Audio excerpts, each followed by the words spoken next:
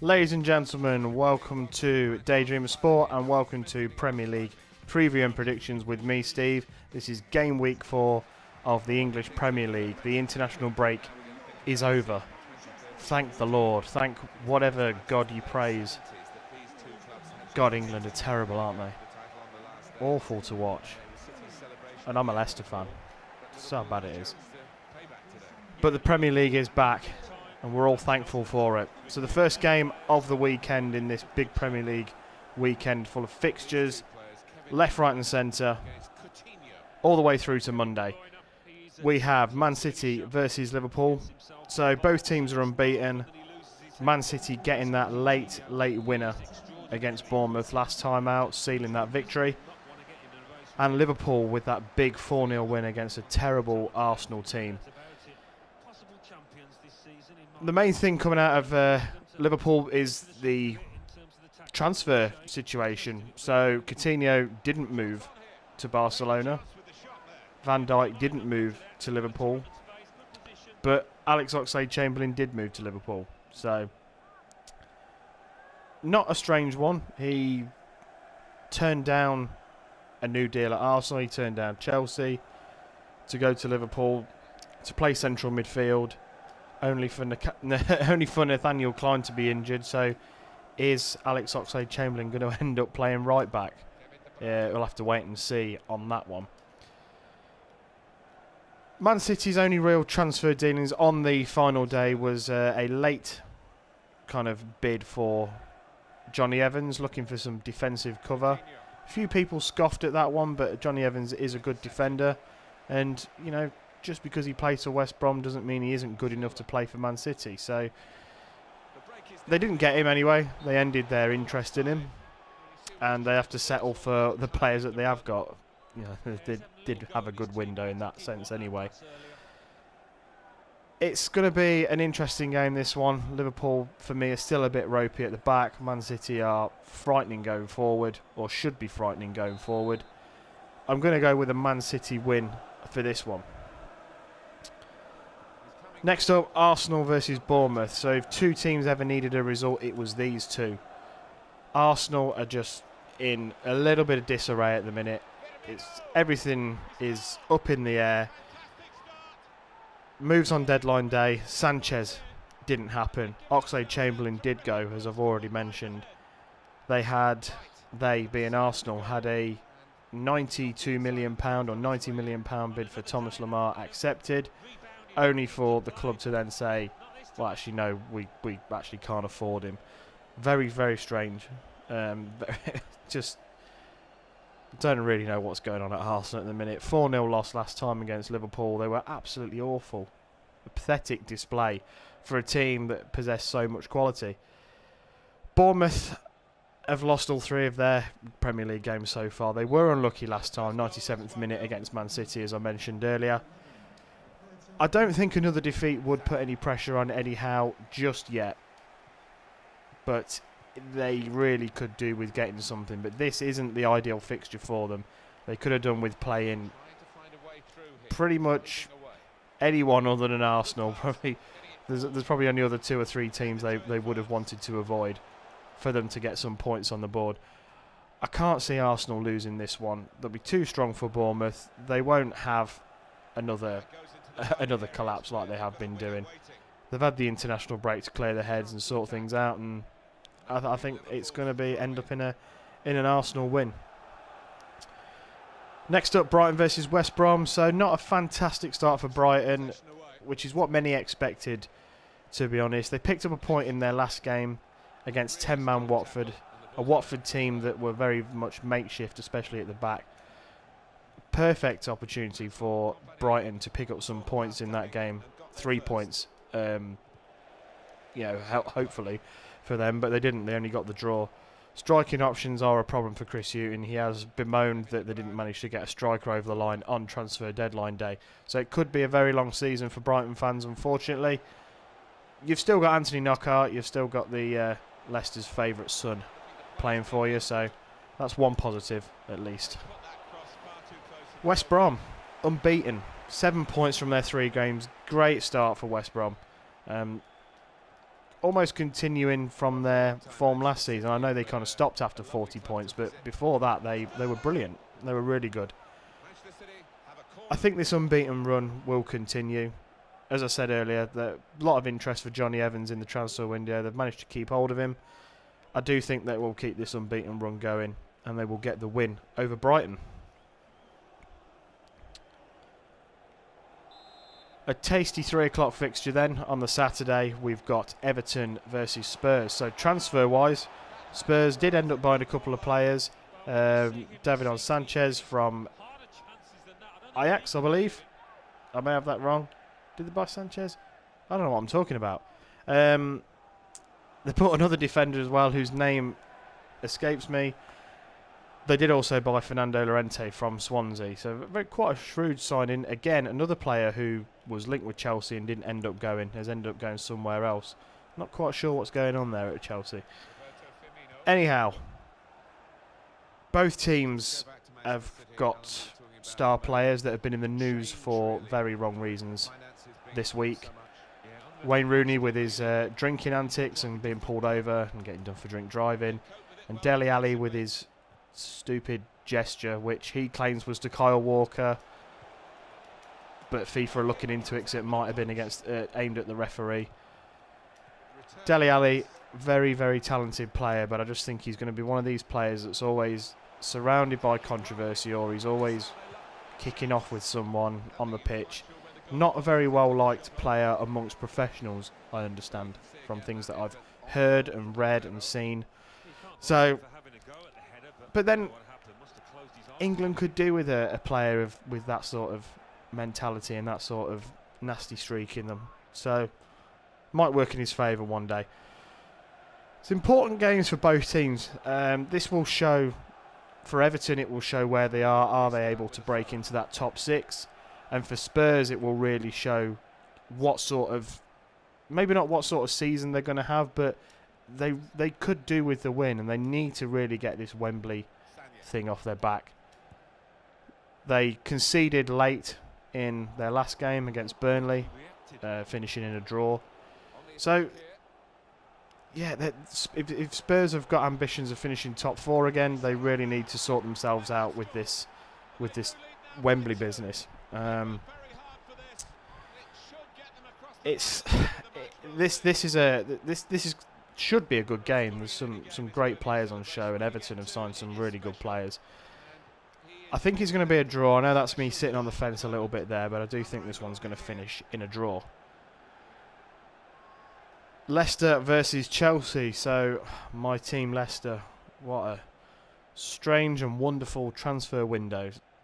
So it was looking good for a start. Harry Maguire coming in, Kupovic, a good backup keeper, Iheanacho, Ibora, brilliant, fantastic. Still need a centre back, so Dragovic comes in on loan, brilliant, a player we've been after for a while. And then the news that, you know, Drinkwater's going to go Chelsea. Okay, that's fair enough. You can't deny the lad a move. He's 27. Good luck to him. And Leicester will sign Adrian Silva to replace him. Wow, fantastic. International player, leader, captain at Lisbon, loved by their fans. The sort of player that is absolutely perfect to bring in to replace Drinkwater. So Drinkwater goes. And the Adrian Silva deal was submitted 14 seconds too late. So he isn't registered to play. FIFA have not accepted the deal, saying it was late. Leicester are trying to appeal it. You've probably all read the story now. You don't need me to go into it. My thoughts on it, very harsh, but rules are rules. That's the be-all and end-all of it. They've had all summer to sign the player, and they waited until the very last day, the last hours, last minutes and seconds, by the sounds of it. 14 seconds is very harsh, but as I say, Leicester knew the deadline and they should have got it across. Deadline day as well was interesting for Riyad Mahrez. He was seemingly in Barcelona, in Paris, he was in London, he was everywhere. Rumours are that he was sat in Paris airport waiting to go somewhere. It was very, very strange. And he's remained a Leicester player Again, another want-away player that has ended up staying at the club that they're contracted at, which not only as me as a Leicester fan is fantastic, but it's also good to see that the clubs are getting a bit of power back, because player power seems to be a thing these days. So Mahrez stays a Leicester player, and that's only good. That can only be a good thing for Leicester. He has been very professional so far. He has performed in the first 3 games of the season, so let's hope he continues. And if he does want to move away, there is another window opening in January, so he needs to show that he is worth teams putting money on him and, you know, putting a big bid in for him and purchasing him. So I'm hoping Leicester will get the best out of him, and if that means he goes in January, then good luck. If it sets us up for the rest of the season, brilliant. And Demarai Gray was another one that was linked with moves away, but bids were received. Bids were turned down because they didn't meet Leicester's valuation. For me, this is a good thing. Demarai Gray is a great player. I know he wants time and he wants first-team football, but he's just got to be patient. Mahrez staying isn't going to help that, though. I must be honest. So on to Chelsea. They're looking good. They're looking solid after that first defeat, or the opening day defeat to Burnley. Morata has chipped in with a couple of goals, a couple of assists. So, you know, he's a player that I think is really going to suit Chelsea, and he's really going to, you know, if they're going to have any sort of title bid, they need him fit. They have signed Drinkwater, as I've mentioned. He has left from Leicester. Whether he'll feature at the weekend is another question. It's going to be a tough game for Chelsea. You know, Leicester are no pushovers, touch wood. But it's also going to be a tough game for Leicester as well. Chelsea are very strong. And take my blue tinted glasses off, I think this is going to be a Chelsea win. I think they're going to be too strong for Leicester. Southampton, Watford. So both teams have 5 points. 2 0-0 draws for Southampton. They have kept Virgil van Dijk, as I've already mentioned. Who knows when he's going to feature again. No idea whether he's still training with the under-18s or whether he's training with the first team again. It was a surprise that he has remained a Southampton player. I wasn't necessarily convinced he would go and join Liverpool, because I think the relationship between Liverpool and Southampton is very much broken at the minute, should I say. I did expect other teams to come in, but the valuation would have been ridiculous, I think, for him. I think Southampton would have been looking upward of 75, 80 million. The Coutinho deal not happening probably didn't help the situation either. It was very much a case of one in, one out for many clubs. So Watford, you know, they've had good opposition to play in terms of picking up results in their last couple of games. So they've, you know, a draw against Brighton when they were down to 10 men. You know, that's a good result for them. And Silva looks like he's got them fairly organised. It's tough to know what Watford or Southampton are going to do, because they've had indifferent starts. They've this game it's a tricky one to call. Bookies have Southampton as favourites, but I actually think it's going to be a draw. Stoke versus Manchester United is the next game. So Stoke have started as expected. They beat Arsenal. They drew against West Brom. They'll have a solid season. They always do. They'll stay up. I don't think. I mean, Mark Hughes was joint favourite to get the sack, but I think they'll be pretty solid and they'll be okay. They won't go down. There are definitely 3 worse teams than Stoke in the league. I think there's probably more than 3, to be honest. Manchester United, well, they are the form team. 3 wins out of 3. What is it? 12 goals, 10 goals scored, and none conceded. You know, that's Champions form, but it is only 3 games against opposition that you would probably expect them to beat anyway. But that is taking nothing away from them. They do look a lot stronger than last season. It has to be said.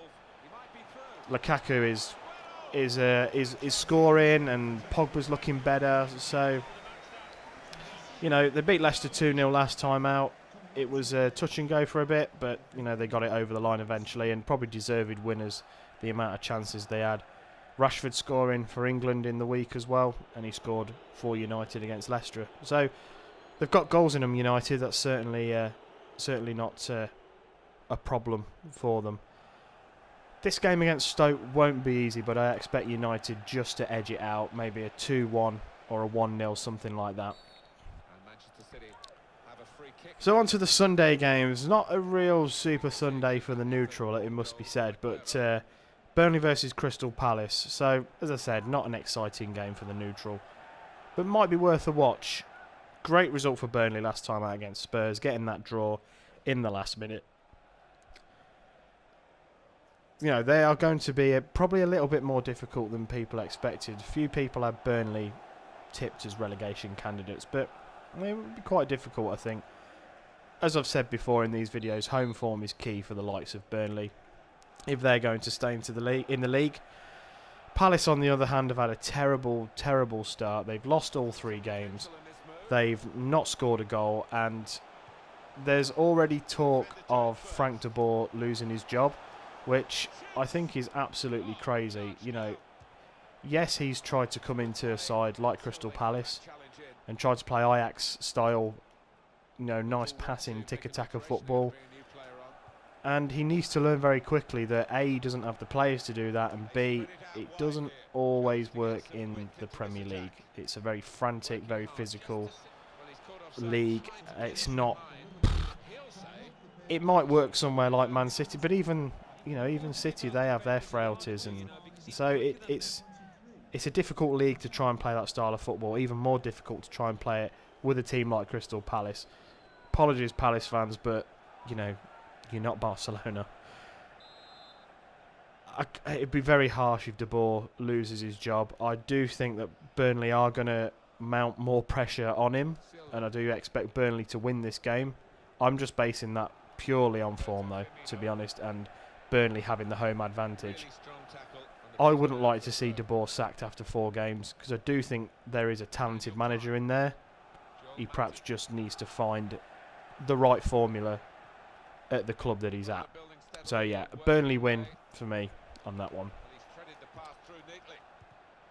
So arguably the winners of the transfer window, Swansea, play Newcastle. So Swansea have got Renato Sanchez on loan from Bayern Munich, which sounds crazy, but Paul Clement and the Bayern Munich manager, whose name escapes me, Carlo Ancelotti, they've worked together for a long time, and presumably they are friends, and it looks like a friend has done another friend a favour here by loaning one of the hottest prospects in European football to Swansea, which is great, because Swansea losing Gylfi Sigurdsson and Llorente looks on paper to be absolutely horrendous, but to replace them with Sanchez and Wilfred Bony, who is a little bit of a legend down there at Swansea, that's great business. That is really good business. You know, Swansea did pick up a win last time. They took advantage of a very poor Crystal Palace side, it must be said. Tammy Abraham getting a goal, which is good to see. It's good to see young English talent getting a chance in the Premier League. At the same time, Newcastle did take advantage of a poor West Ham side and picking up their first win of the season.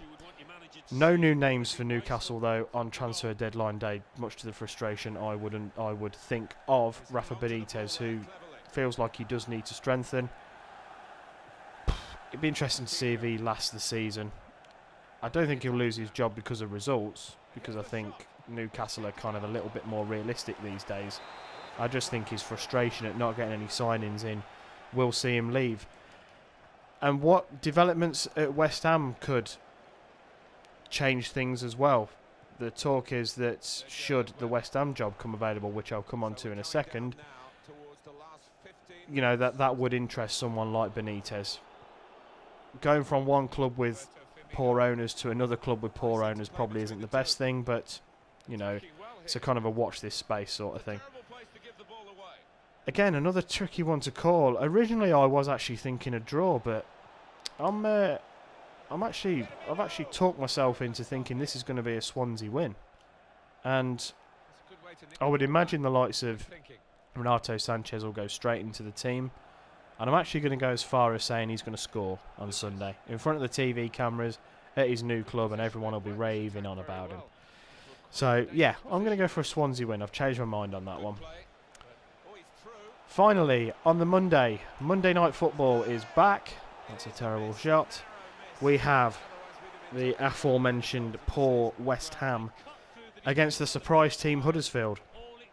So a poor start for West Ham. 12 goals conceded and questions already being asked as Bilic, as I said earlier. The fans have got a little bit discontent there towards Bilic. They've got discontent towards the owners, frustrated at the lack of signings. William Carvalho looked like that was going to be a done deal, but Sporting have seemingly messed them about and a few crosswords have been said. So things aren't great at West Ham again. So last season they had the whole, couldn't settle in the new stadium, and now this year there's questions being asked of the manager and the owners already. Huddersfield are the polar opposite of that. They've picked up 7 points. That has given Wagner there the Manager of the Month award, much deserved. No one expected Huddersfield to have 7 points after 3 games. They look organised, they look decent going forward, but I also think they've got a manager there that won't let them get carried away. They're under no illusions that this is going to be how it's going to be all season. So they know they've got some tough games coming ahead, that they'll go through a bit of a lull. They'll have a few fixtures that will be very tricky, and ones that, games where they might not win for 3 or 4 games. So they're under no illusions of that. They will come unstuck at some point, but so far absolutely fantastic for them. The pressure is on West Ham in this game. They need to get something. If Huddersfield lose this, then it's fine. They're probably 3 or 4 points better off than they thought they would be. This is a tough one to call, because you've got a team that desperately need a win playing poorly against a team that already have a little bit of pressure taken off them, and they've already got 7 points. So I don't know, it's a tough one. I'm thinking West Ham are going to be a bit too strong for this one. A little bit like De Boer, it would be tough after 4 games to say that a manager needs to be sacked, but this poor run of West Ham's kind of continues on from last season. So Huddersfield winning this one and a poor performance from West Ham might see Bilic go, and he might become the first casualty of the season. So yeah, I'm gonna stick my neck on the line. I'm gonna say a West Ham win. So perfect time, and I'm coming to the end of this terrible game of FIFA 17 that I've been playing. I have actually been Man City, believe it or not. I've been awful.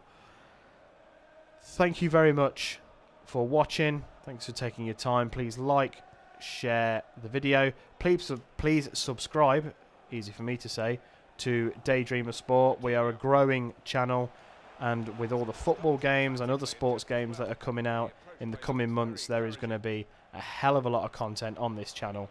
Some exciting stuff from some exciting games that are coming out. So make sure you subscribe. Make sure you get the notifications so you know whenever one of us is uploading a video or one of us is playing live and streaming.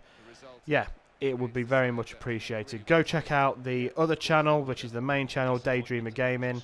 You'll find that on, and you'll find us also on Twitter, on Facebook, on all your usual social media platforms.